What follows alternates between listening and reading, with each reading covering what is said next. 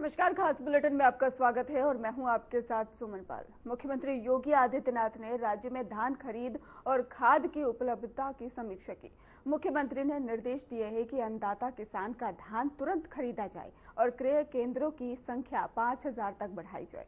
अभी तक 1.51 लाख किसानों से ही 9.0 लाख एमटी धान खरीदा जा चुका है और इसके साथ ही 1984 करोड़ रुपए सीधे किसानों के खातों में ट्रांसफर किए जा चुके हैं। और मुख्यमंत्री ने स्पष्ट किया है कि भुगतान में किसी प्रकार की देरी बर्दाश्त नहीं होगी। धान खरीद केंद्रों पर ही मैन पावर जो है बढ़ाई जाएगी और धान उठान और मील मैपिंग की प्रक्रिया और सरल बनाने के निर्देश दिए गए हैं। इसके साथ ही आपको बता रहे हैं कि सीएम ने धान खरीद की समीक्षा की है। हमारे सहयोगी भी हमारे साथ जुड़ चुके हैं। जी बताइए, क्या है पूरा धान खरीद? आरपी भट्ट हमारे साथ जुड़ चुके हैं और खाद उपलब्धता की समीक्षा भी की गई है। क्या है पूरी अपडेट, बताइए विस्तार से। सुमन, उत्तर प्रदेश सरकार किसानों के लिए लगातार काम कर रही है और जिस तरह से आज उत्तर प्रदेश के मुख्यमंत्री योगी आदित्यनाथ ने धान खरीद और खाद की उपलब्धता, ये दोनों उत्तर प्रदेश में बड़ा विषय है, क्योंकि किसानों को धान खरीद का उचित मूल्य मिले और साथ साथ किसानों को खाद की उपलब्धता हो, इसको लेकर उनके द्वारा जो है आज एक बड़ी बैठक बुलाई गई थी। इसमें विभागीय अधिकारी मौजूद थे और उन्होंने जिस तरह से निर्देश दिए, उनके द्वारा सीधे तौर पर ये निर्देश दिए गए हैं कि क्रय केंद्रों पे आने वाले अन्नदाता किसान का पहले तो धान खरीदा जाए सीधे तौर पर। और सबसे बड़ी बात जो निर्णय लिया गया है कि 5000 क्रय केंद्र, इसकी संख्या बढ़ा दी गई है 5000, ताकि ये गांव कस्बों तक ये सुविधा मिले। उसके साथ साथ धान खरीद में 1.51 लाख किसानों में 9.02 लाख एमटी तक की खरीद का इन्होंने लक्ष्य रख लिया है। अब उसके साथ साथ किसानों के खाते में 1984 करोड़ रुपए खातों में ट्रांसफर कर दिए गए हैं। और मुख्यमंत्री ने साफ तौर पर एक बहुत बड़ा संदेश दिया है कि किसानों के भुगतान में देरी ना हो, यानी कि अगर कोई भी अधिकारी देरी करता है तो उसके खिलाफ कठोर कार्रवाई की जाएगी। उसके साथ साथ मिड डे मील और आंगनवाड़ी में भी इन्होंने चावल की निर्बाध सप्लाई सुनिश्चित करने का निर्देश दिया है कि आंगनबाड़ी और मिड डे में जो चावल हैं वो अच्छी क्वालिटी के चावल वहां भेजे जाएं। और सबसे बड़ी बात यह है कि खरीद केंद्रों पे मैन पावर जो है वो बढ़ाया गया है। धान की उठान मिल मैपिंग की प्रक्रिया और सरल की गई है। तो यानी ये बड़ी उपलब्धि है उत्तर प्रदेश सरकार द्वारा। जिस तरह से डायरेक्शन दिया गया है मुख्यमंत्री ने कि लगातार किसानों के हित में काम किया जाए, धान का उचित मूल्य भी दिया जाए और उसके साथ साथ उनकी खरीदी किया जाए ताकि बिचौलिया इससे दूर रहें और खाद की उपलब्धता कराई जाए। यानी कि सरकार का ये बड़ा फैसला है। जी बिल्कुल आरसी भट्ट जी, जिस तरीके से सीएम योगी आदित्यनाथ इसको लेकर बहुत ज्यादा सतर्क नजर आ रहे हैं, लेकिन अगर दूसरी ओर देखा जाए तो किसानों को कितना लाभ मिलेगा? हाँ, निश्चित रूप से सुमन, अगर किसान को, क्योंकि बिचौलिया जो हैं वो कहीं न कहीं किसान का जो धान है, जो उसकी मेहनत का उपज होता है, उसको औने पौने दाम पर वो खरीद लेते हैं। अब उसमें बिचौलिया शामिल ना हो, सरकार इसके लिए जगह जगह बड़ी मात्रा में क्रय केंद्र खोल रही है। क्योंकि सरकार अगर जो निर्धारित मूल्य है धान का, उस पर अगर लेती है तो किसानों को उसका बड़ा फायदा मिलता है। और बिचौलिए अगर औने पौने दाम पर अगर किसानों का धान लेते हैं तो उनको बड़ा नुकसान होता है। तो किसान के हित में ये सरकार का बड़ा निर्णय हुआ है। धान के 5000 क्रय केंद्र बढ़ाए गए हैं। इससे किसान को अपने धान को बेचने में सरकारी क्रय केंद्र पर बहुत आसानी होगी और उनके खाते में सीधे पैसा जो है वो डायरेक्ट जाएगा, जिससे बिचौलिया कहीं न कहीं इसमें लाभ नहीं उठा पाएंगे और बिचौलियों से कहीं न कहीं किसान दूर रहेंगे। जी बिल्कुल आरसी भट्ट जी, धान उठान और मिल मैपिंग की अगर प्रक्रिया की बात करें, उसे सरल बनाने के निर्देश दिए गए हैं, तो ये और ज्यादा कितना सरल हो सकता है जिससे कि किसानों को और लाभ मिल सके और जो बिचौलिए हैं वो पैसा बीच में ना खा पाए?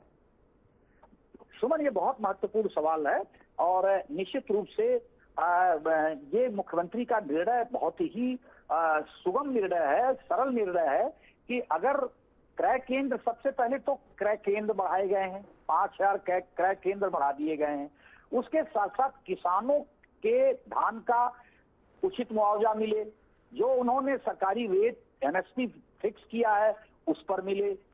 उसके साथ साथ बिचौलियों से दूरी रहे, बिचौलिए कहीं न कहीं उसका लाभ ना उठा पाए, किसान को जो है अपने केंद्र पर अपने से खरीदी करके उनको औने पौने दाम पे ना दें। उसके साथ साथ सरकार ने उनका भुगतान तत्काल सुनिश्चित करने के लिए भी इस तरह की व्यवस्था बनाई है कि उनका पैसा उनके खातों में भी सीधे जाए।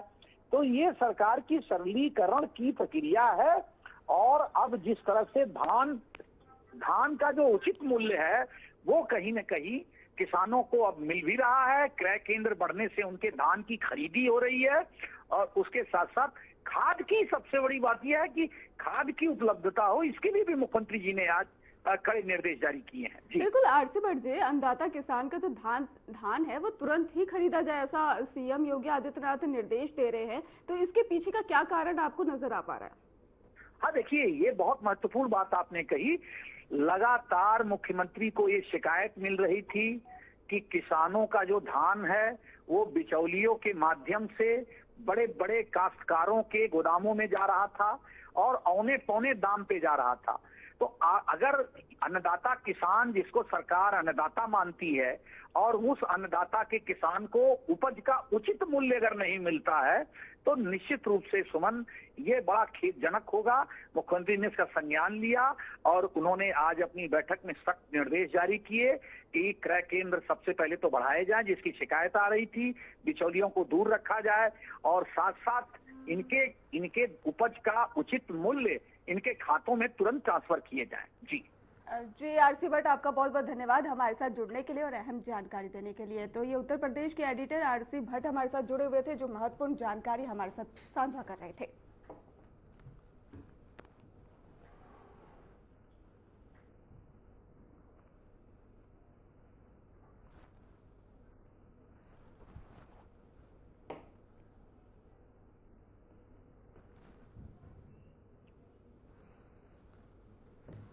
तो 5,000 बढ़ाए जाएंगे क्रय। और इसके साथ ही आपको बता दें कि सीएम ने धान खरीद की समीक्षा की है, जिसके बाद सीएम योगी आदित्यनाथ ने बड़े निर्देश दिए हैं किसानों के हित में और जिससे किसानों को लाभ मिल सके। खाद उपलब्धता की भी समीक्षा की गई है और इसके साथ ही धान खरीद को लेकर बड़ा निर्णय जो है सीएम योगी आदित्यनाथ ने लिया है। चलिए रुक करते अगली खबर की ओर, जहां पर सांसद चंद्रशेखर आजाद ने हाई कोर्ट में दायर की है याचिका और ट्रायल कोर्ट में ही आपराधिक कार्रवाई रद्द करने की भी मांग की है। बिजनौर में ही ट्रायल कोर्ट में दायर चार्जशीट को भी चुनौती दी गई है और मामले में हाई कोर्ट में अगली सुनवाई 9 दिसंबर को होगी। तो 2019 को ही बिजनौर के कोतवाली देहात में दर्ज हुई थी एफआईआर और भड़काऊ भाषण समेत ही कई धाराओं में मामला दर्ज हुआ था। तो खबर बता रहे बिजनौर से, जहां पर मामले में हाई कोर्ट में अगली सुनवाई 9 तारीख को होगी। आपको बता दें 2019 का ये मामला है, जहां पर बिजनौर के मामला जो है वो सामने आया था। ट्रायल कोर्ट में आपराधिक कार्रवाई रद्द करने की भी मांग की है। तो सांसद चंद्रशेखर आजाद ने ही हाई कोर्ट में दायर की याचिका और ट्रायल कोर्ट में ही आपराधिक कार्रवाई रद्द करने की मांग की गई। बिजनौर में ही ट्रायल कोर्ट में दायर चार्जशीट को चुनौती दी गई। मामले में हाई कोर्ट में अगली सुनवाई 9 दिसंबर को होगी। तो भड़काऊ भाषण समेत कई धाराओं में दर्ज हुआ था मामला।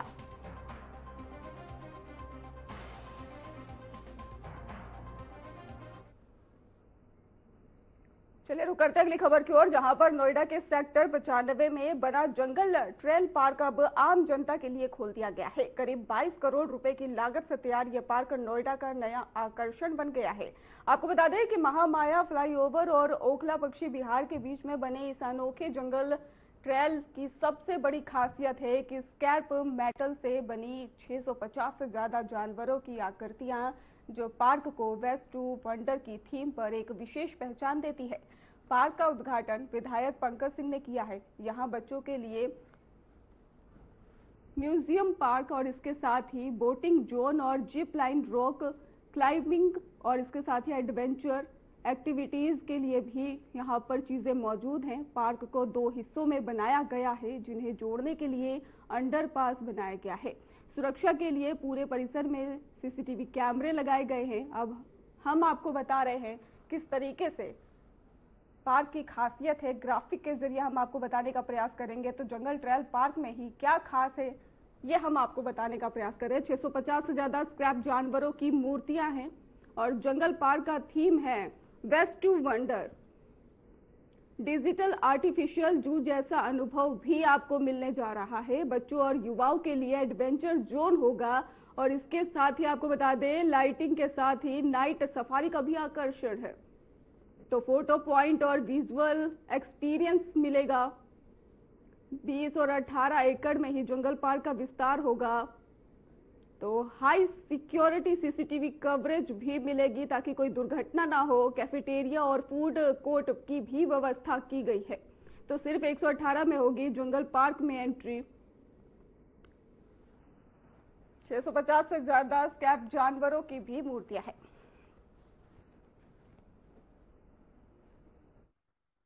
मुझे लगता है कि लोग बहुत मोटिवेट होते हैं, कई सारे आइडियाज वो होते हैं। अब लोगों ने देखा कि कैसे साइकिल के जो खराब टायर्स हैं उसका उपयोग करके डायनासोर्स बना दिए गए, स्नेक्स बना दिए गए, तो इसका उपयोग कैसे किया गया है, तो बहुत सारे लोगों को ये आइडिया मिलता है। तो बिल्कुल ये प्रेरणा देता है लोगों को कि कैसे उसको वेस्ट को भी रीयूज कैसे करें और पर्यावरण की रक्षा कैसे करें, ये जरूर वो मिलता है। तो ये थे विधायक पंकज सिंह, जिनका साफ कहना है कि जंगल ट्रायल से खास करके बच्चों को बहुत फायदा मिलने वाला है। यहाँ पर खेलकूद के हिसाब से भी देखें और करिकुलर एक्टिविटीज देखें, आउटडोर गेम्स की बात करें तो यहाँ पर जल्द ही बंजिंग जंपिंग, कूदने का जो बच्चों का होता है, छोटे बच्चों का, स्कूली छात्रों का खास ध्यान रखा गया है। तो उनका साफ कहना है कि इसके साथ साथ बच्चों का मनोरंजन, लोगों का मनोरंजन रहेगा। काफी लंबा ये जंगल तैयार हो चुका है और साथ ही साथ इनका साफ कहना है कि जो वेस्ट मैनेजमेंट की बात है, जिस तरीके से ये बना है, इस वेस्ट मैनेजमेंट से लोगों में जागरूकता भी आएगी। बच्चे भी ये सीखेंगे कि किसी भी चीज का वेस्ट सिर्फ फेंकना नहीं होता, उससे काफी चीजें बनाई जा सकती है। जिस तरह से ये साफ उदाहरण जंगल ट्रायल का आपने देखा। मेरे साथ कैमरा पर्सन करण, मैं निकिता, धन्यवाद। हमीरपुर राटनगर में लक्ष्य परिवार की ओर से स्वामी ब्रह्मानंद महोत्सव जन्म उत्सव में अवसर पर एक विशाल निःशुल्क स्वास्थ्य शिविर का भी आयोजन किया गया और शिविर में 40 विशेषज्ञ डॉक्टरों ने सेवाएं प्रदान की और 1000 से ज्यादा मरीजों की जांच की गई है।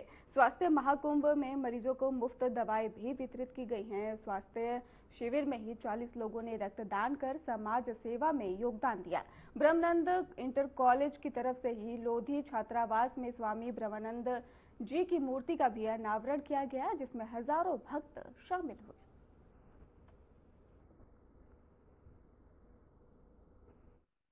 अपने झांसी के जितने भी स्पेशलिस्ट डॉक्टर हैं, सभी विभागों के 45+ विभागों के स्पेशलिस्ट डॉक्टर है। टोटल 80 डॉक्टर्स की स्पेशलिस्ट टीम यहाँ पे आई हुई है, जिसमें हजारों मरीजों का उन्होंने स्वास्थ्य परीक्षण किया है। साथ में यहाँ पे हमारी लैब टेक्नीशियन भी आए हैं, तो उनका रक्त परीक्षण भी हुआ और यहाँ पे ब्लड डोनेट लेने वाली टीम आई, तो यहाँ ब्लड डोनेशन कैंप भी चल रहा है। और साथ में नवोदय मॉक टेस्ट भी कराया गया है 18वां चरण स्वामी ब्रह्मानंद परीक्षा का। बुलेटिन